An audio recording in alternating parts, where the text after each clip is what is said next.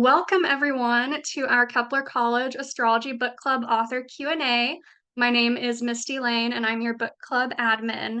Our November/December book of the month was Astrological Mavericks. Do You Have What It Takes to Change the World by Michael Bartlett. Michael blends showcasing it off. Michael blends Western traditional, esoteric, and modern astrology, his core energetic training and highly intuitive nature, 3 decades of business experience, and over 2 decades of astrological wisdom give him an extensive resource toolbox. Michael is the author of 2 books, including Astrological Mavericks and Astro Theater. And he also previously served as interim president for Kepler College. So thank you for joining us again today. Thanks for having me. We are streaming to you live today so Michael can share his expertise with book club members, answer the questions readers have about his book, and I will just be keeping my eyes on the chat. So if anyone has any questions for Michael, please ask them and for you. So let's see. Tree says, I'm very beginner in astrology. This is actually a really wonderful book for beginners. I experienced it's very accessible. So that was really, really refreshing too. Michael, can you share a little bit about what inspired you to write Astrological Mavericks? Definitely. So I think it probably, as I start to realize it now, I realize that there was a lot more depth to it that began. But one of my earliest teachers is a man named Tom Brady, who's not the football player, but he's an astrologer here in Santa Fe. One of the most amazing unknown. He has like 10,000 clients. I mean, he's one of those really quiet astrologers in the world we don't really hear too much of. But he was born with Saturn on his ascendant. And when he was born, he was removed from his mother and put in an incubator.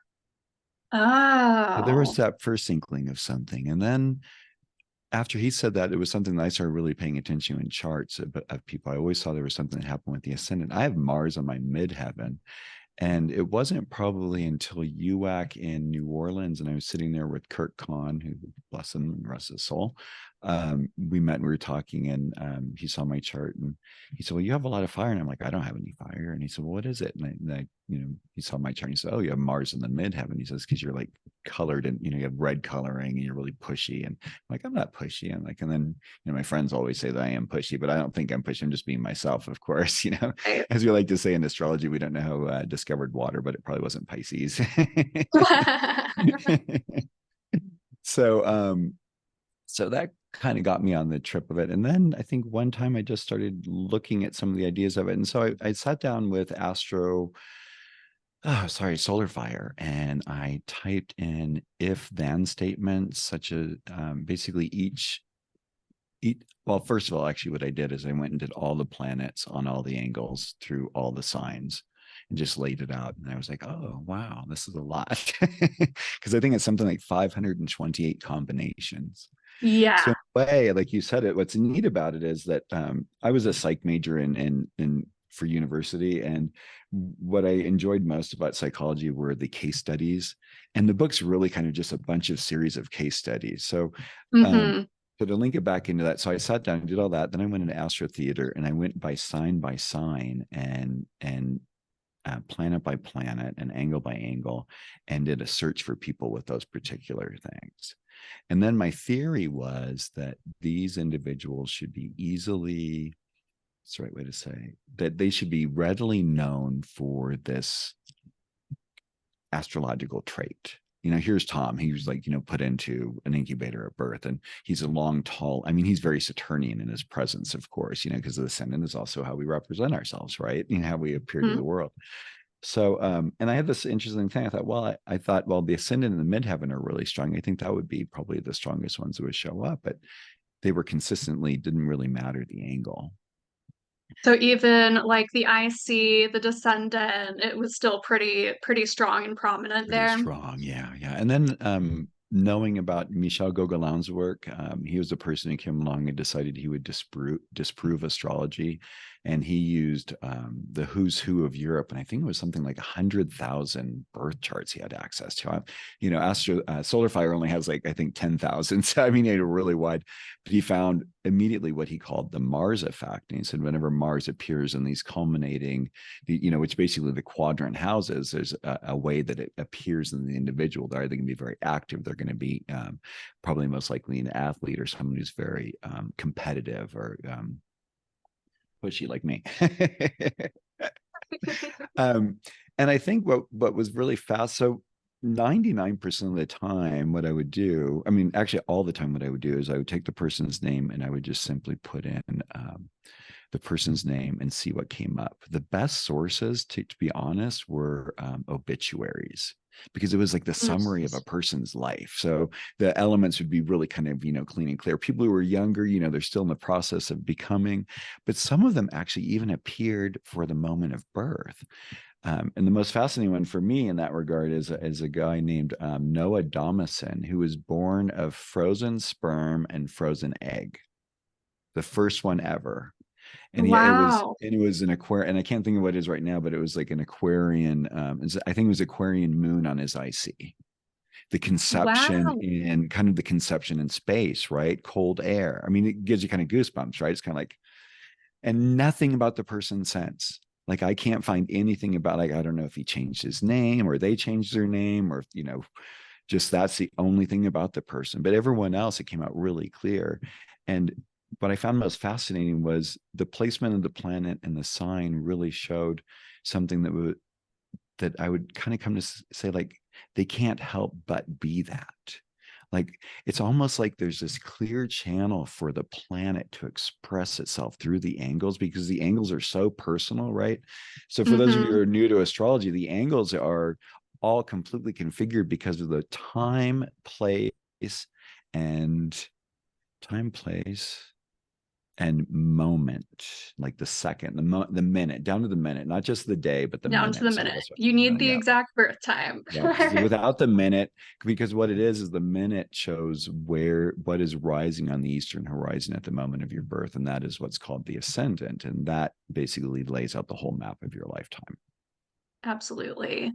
So I very interesting that you did choose to focus more on case studies in the book. Going into it, just like looking at the index, I was kind of expecting more of like a cookbook style, where you have it all separated and then you go to the placement and it says, this is exactly what that placement means. But I was surprised that there wasn't so much of that. So was there a reason that you decided to really focus on the person and on taking it from like a person first perspective? Kind of actually a couple things. One was this idea. I mean, I came from a place of believing and understanding astrology, and it's really kind of funny because you go along with astrology, you find a lot of people who actually come to debunk it, and then they come around because they realize, like, well, there's something here. They really maybe can't describe what it is, but they can't really debunk it either. So Mm-hmm. I already came with it, but one of it was I got really tired of the books that basically equate the house with the sign, Yeah. for one, even though I'm a whole sign person, so in a way I don't really separate them, but it makes it too simple in a way. It's like it removes the flavoring that the house gives in a way to it, which in a sense, in regards to this in particular, the angles. And when we think about the angles, these are the angles of our relationships to life. The ascendant is how we look at life and how life looks at us. I like to think of it as a greenhouse effect. Like if you're in a green glass house and you look out, everything's going to look green. And if you look in, everyone's going to see you as green, or as a sign, like Aquarian or whatever sign you have on your rising sign. The IC is, I believe, how is not only just our birth family, but really our inner family, how we, who we are behind closed doors, in that very kind of private way. Mm-hmm. The descendant, not necessarily, I mean, in some ways, how we draw our partners to us, but it's really how we relate to other and how other relate to us. Which is a slight modification on the ascendant, because it's the my mind just went blank on the It's part of the polarity. Sorry, the other side of the Mm, polarity. Thanks. it's the self side. Yeah, the Yeah. soft side. Yeah. And then for the midheaven, that way in which we are at home by ourselves and are behind closed doors, how we then project ourselves out in the world and are known typically maybe for our career, sorry, or the ways in which we go about relating to the outer world in that sort of a way. Um, and the other is in it, what I was very surprised by were how many people who showed up who were I think like in like to use Star Wars, Chuck, use the force for good. I mean, it's a force of energy that comes through people. And what I was surprised by, like one example is Ted Bundy and Richard Carpenter of the Carpenters. Richard Carpenter, I mean, they both have a stellium in Scorpio. One of them has three. Bundy has three, but he has retrograde Mercury and retrograde Venus, which I think really is really kind of messed with him in that kind of sense. But to be honest, Okay. Richard Carpenter wasn't really a walk in the park either. And he had Yeah, I Venus mean, I Mercury. didn't know too much about him, but that part of the book really surprised me.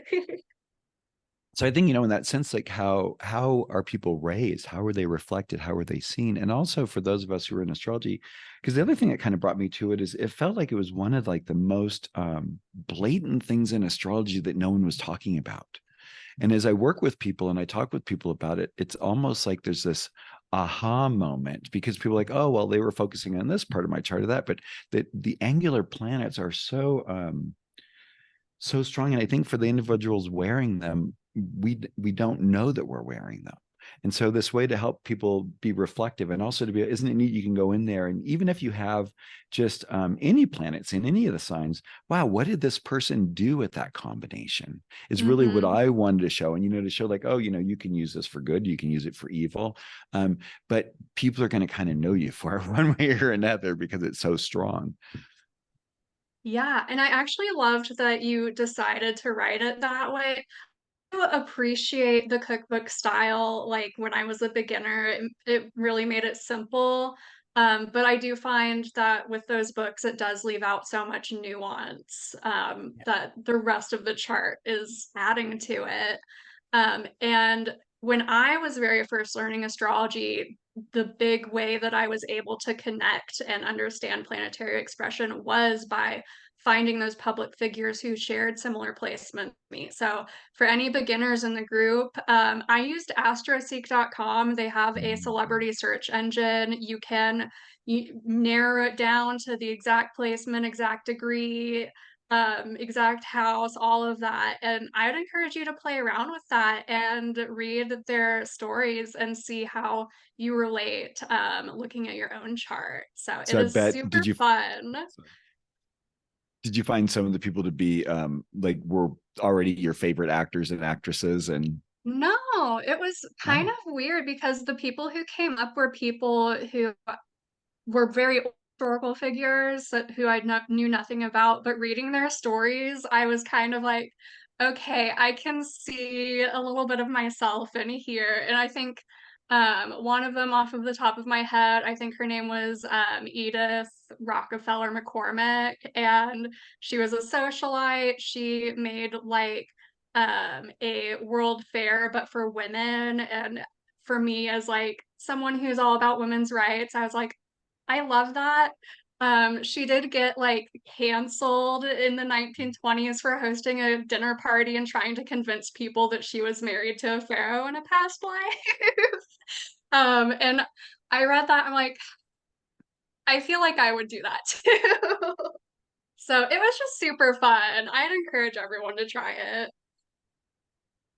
And if you had Alex on for her mirror mirror, because it's like it's so fascinating when you see how also then the actors line up with the roles that they play for certain characters, and then if you have one of those lined up, you can really see. And Oh yeah. and so I think one of the greatest gifts astrology gives us is empowerment in that way. I mean, how wonderful that we live now in an age where we can actually click into something on a computer and be able to Hmm. get that kind of information back. I mean, you know in my lifetime that wasn't possible. I mean, there was a time when that wasn't possible, so it's so nice to be able to do that and be able to say like, hey, I have these traits and to be empowered for it. And we're such like we're at such an empowering individualized state in a sense But Absolutely.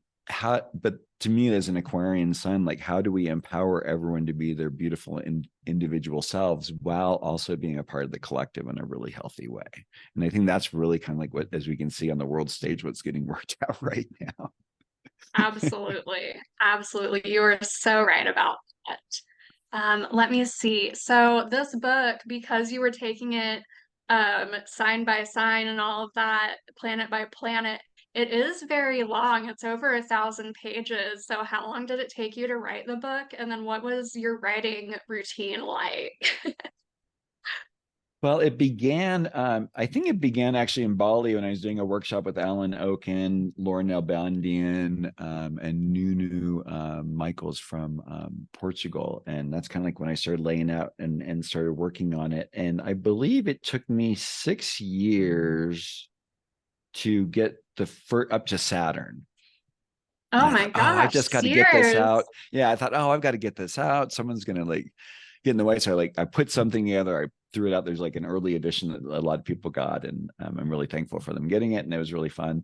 And then I launched in thinking, oh, the Saturn to Pluto be really easy. Well, in a way it is, because the outer planets, prior to what, 1940, most places don't have the time, and therefore, unless you're of wealthy birth or noble birth, your birth time isn't really typically tracked. So a lot of those were really were automatically, of course, dismissed. So then when I started doing that, and then of course when I got into Pluto, and then the Pluto and Leo generation, I think has something like, I don't know, I had to really be careful because I think I was almost going to end up with like 20 examples. And then I had a lot of Oh, spots where I just wow. said, I don't, we don't have examples about the last time it was that like this. These are likely to be some of the expressions, but that's just me, projecting. I mean, I think when it gets to the outer planets, especially Neptune and Pluto, um, I think it's very egocentric for any of us to really project a knowing onto that, because we don't live a cycle of it. We're now getting to live a Yeah. half cycle of Pluto. So There's not that full knowing to it. right. Yeah.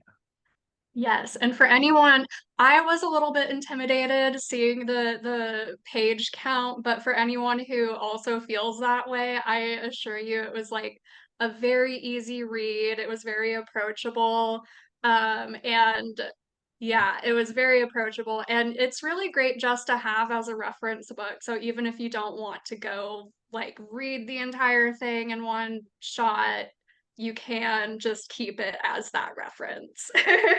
And what's really fun about it is, well, I mean, and you got the electronic version, which I think in some ways is really nice because it's really easy to cross reference. Like you can put a person, Oh yeah. because what I was fascinated to find, and made me start thinking about another extrapolation of it, is people who have 3, 4, 5, like dead on the angle. I mean, because that was the interesting thing too. In astrology, we talk about orbs, and we think it's really just about these really tight orbs. Usually, applying orbs mean it's like, if we look at a round wheel and we think of 1 to 360, if there's a 15 and a 16, those are really super close together, so that makes it really a tight expression. But over and over again, because what happened is, I think I got up to Mercury with doing the research, and I realized that I'd been using like a 10-degree orb, which is just really ridiculous for some of it, but it was still playing true.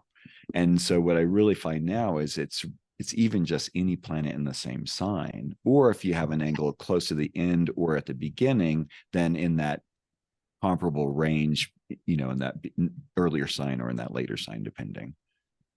Absolutely. And I was curious about that because were talking about them specifically conjunct the angles. I think it is more common that they would just have it in that angular house, but not necessarily conjunct.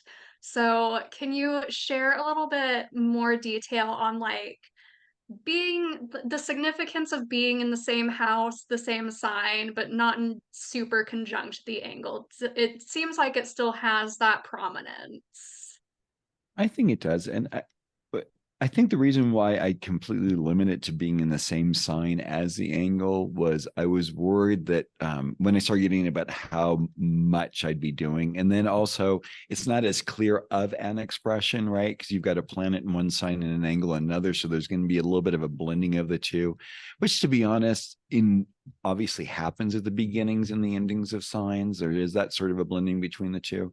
But just for the sake of my sanity and realizing how many there was even to get to that, it was funny because when I did start it in Bali and I was talking to Nunu about it, he like looked at, gave me this, his eyes got really big and he said, wow, that would be a really great gift to astrology. And I'm like, what do you mean? And then afterwards, like, oh yeah, I guess it is, because I did want to make it approachable. I wanted to make it, like you said, and thank you for saying that, because I wanted to make it Mhm. so that anyone beginning with astrology could pick it up and go, oh, that's really kind of neat. And, like, or just even think, oh, I wonder what this person's astrology thing is, or if they have a maverick placement.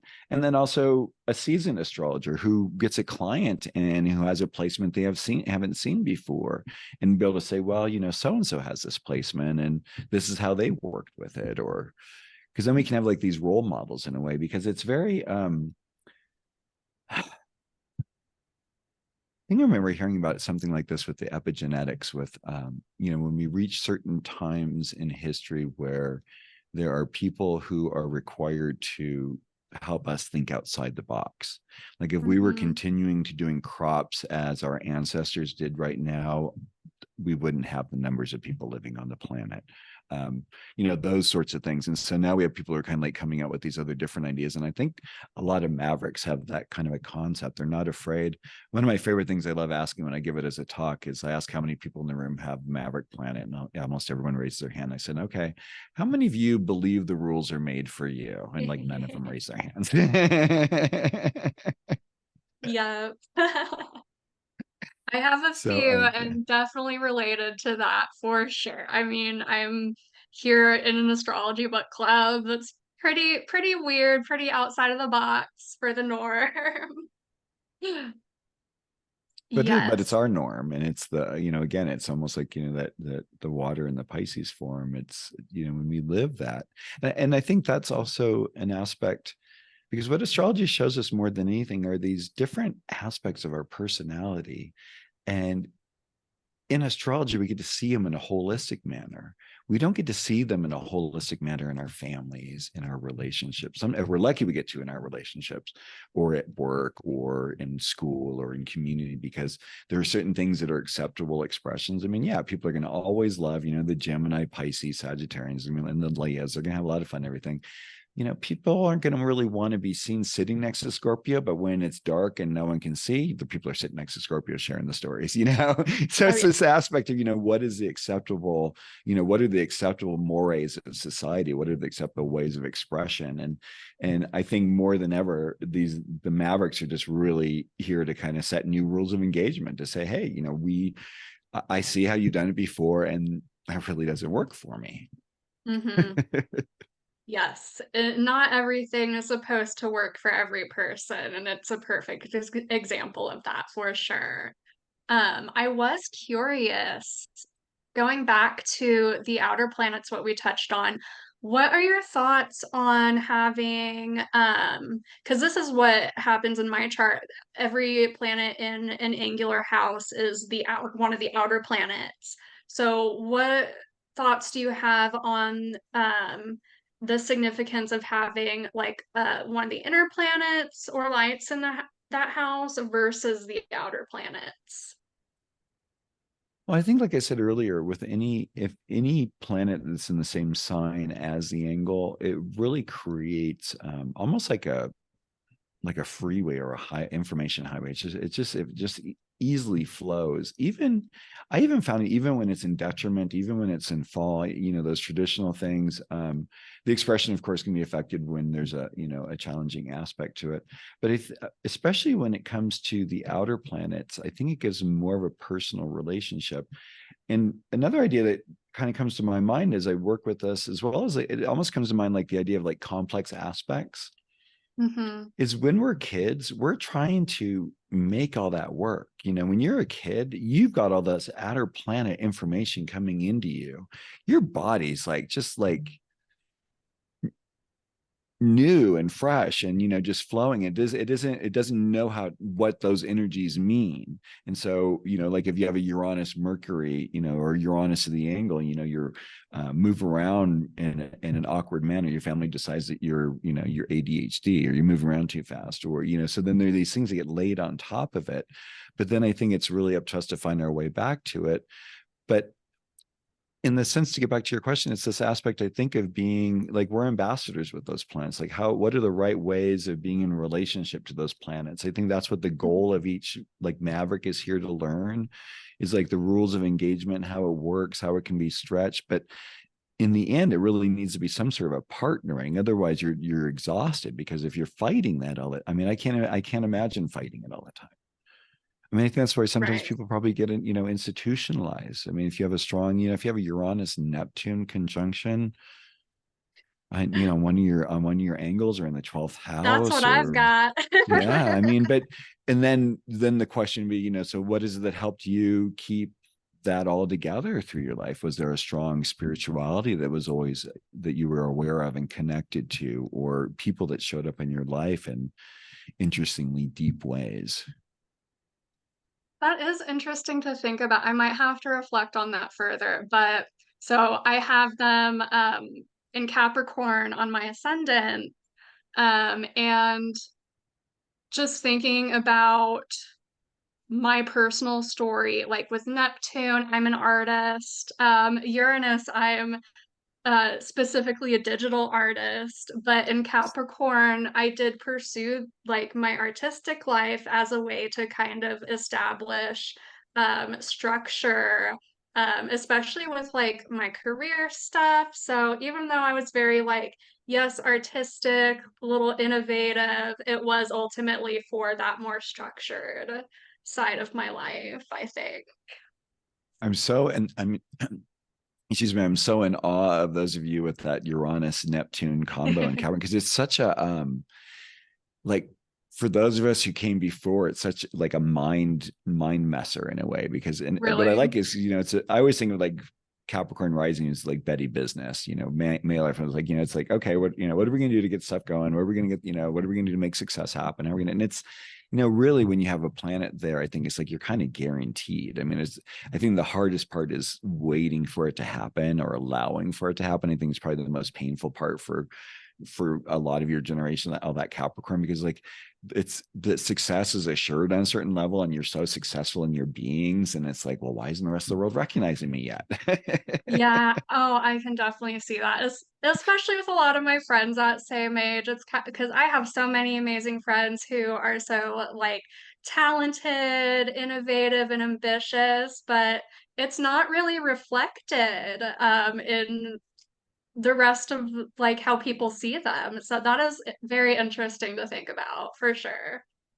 Well, thank God we have all the social media, right? So I mean, it's one of those things I like sharing with different people when I see certain things in their charts. Like, have you done social media? Because I think you'd be really good at it and fun. And Right. it's just, if nothing else, just for the expression ability, just for getting it out there. I mean, yeah, it's nice if you get the followers, or when you get the followers, but like, number one has to be like, oh, it feels good, like letting this creative force. I mean, you have to. I mean, that's like all that creative spiritual awareness that comes through. And it's, if not, I mean, I mean, sometimes with some of those placements, I looked at them, and like, I have Mars in the midheaven, and how many of us lose our heads in one way or another at the end. So I think of, with the Uranus and then Neptune, like, like, if those things, like, if you don't do your work, the universe like, what if we need to do a little adjustment? And Uranus is like, oh, an Right. adjustment can be done in a half a second. Half a second, yep. And you're not always expecting it.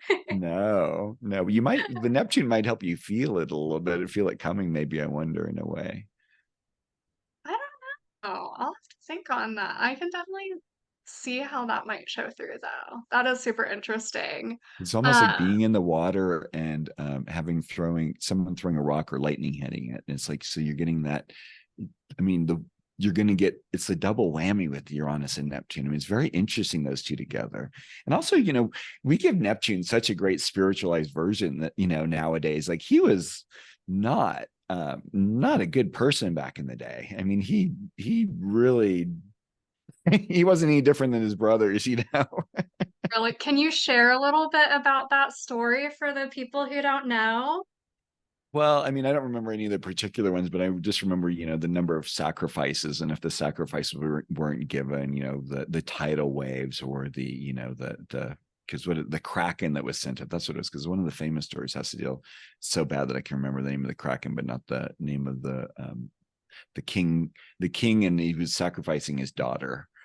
And I think one of the other gods came in and saved, and I think killed the Kraken, fortunately. But this deep sea monster. But it's the unconscious, right? In a way, when it comes Right. to Neptune. And I think with Neptune and Uranus there, the goal really is trying. The more we bring our unconscious, our subconscious forward, knowing what our fears are, knowing what our pre-understanding biases are, gives us a lot more freedom, I think, in that sense, and honesty. I think you're absolutely right about that. I think you're right about that. Okay, so let me see if anyone's asked any questions in the chat. It doesn't look like it. So let's see. So, and we touched a little bit on this already, but so this was mostly focusing on the conjunction aspect to the angles. What are your thoughts about any other aspect being made to the angles, like a square or a sextile or what have you? What do you think the significance is there? And then we can expand upon that, like if one of those planets are aspecting that planet that might be on the angle. Right. So yeah, I mean, I think especially by transit and progression, if you have planets on the angles, then definitely those squares, those trines. Obviously, the oppositions are going to be activated because it's going to be bringing along the other angle. But squares, Right. depending, squares aren't necessarily your other angles. I mean, some people are fortunate enough to have their midheaven and their IC being in trine, in trine or sextile relationship with their ascendant, descendant. Those lucky Mm-hmm. people. So you'd have a lot more fluid sort of a sense. But in that sense, I think it's the same as I like to think of transits as being trigger points. And so if there's a square happening to one of those angles, especially say like a Mars or Uranus, it'd be like, okay, I think or Saturn, like, okay, I really need to pay attention to that, or Jupiter, but to be maybe more cautious, maybe not be so optimistic and see things with it. I haven't worked with as much with the sextiles or the trines in relationship to it, except when it shows obviously up in a person's natal chart. Mm-hmm. Shoot, what was I going to just say? Oh, it's gone. um, it went. Okay. Perfect. Okay, well, it looks like we have those are all the questions we have for today. So Michael, thank you so much for joining us for the Book of the Month Q&A. Where can the audience find you to keep following your work? Definitely. Please feel free to visit Core Michael, CoreMichael.com, or my email address is Michael, Michael, at coremichael.com. I also have Instagram, which is at Astro Michael, and Twitter is the same. And then I have YouTube for master metaphysical astrologer is what it's under for there. And then I do Wonderful. I monthly think I've seen you a bit podcasts. on TikTok too, Oh yeah, right? that's true. Yeah, and I got to get back into doing. I have a 1 minute flying through the signs using all of the filters, the TikTok, and that was really fun. I saw that. That was so fun. Yeah, I'm happy to see. I'm on TikTok all the time. It's my guilty pleasure, and I'm just happy to see a Kepler person on there. It's really fun. And I feel like at first I did it for a little while because I felt like I needed a presence, and now I'm seeing other people get on. So I'm like, oh, I need to probably get on there and do some more because I thought it was really great because it is another information stream, and so what a great It way for is. people to understand and learn. So I did one like on the different aspects and things, but with their filters, I just think it's so much, it's very playful. It gives my Sag rising a lot to do. Absolutely. Yes, it's great. It is more pop astrology focused, but I am seeing more established astrologers getting on there, sharing their wisdom. So I love to see it. Good. Thank you. Anyway, thank you to the group members who participated in our November discussions and for sharing your wonderful insight. If anyone is still working on the book, please feel free to continue participating in the discussion posts. Even if the discussion has died a little bit, me or any of the moderators will absolutely be happy to chat with you. We will not be doing a December book of the month because I'm sure we're all going to be busy with the holidays. So we'll be starting back up in January and keep an eye out for book of the month announcements. And thank you for attending the Q&A, and I hope everyone has a wonderful week. Bye.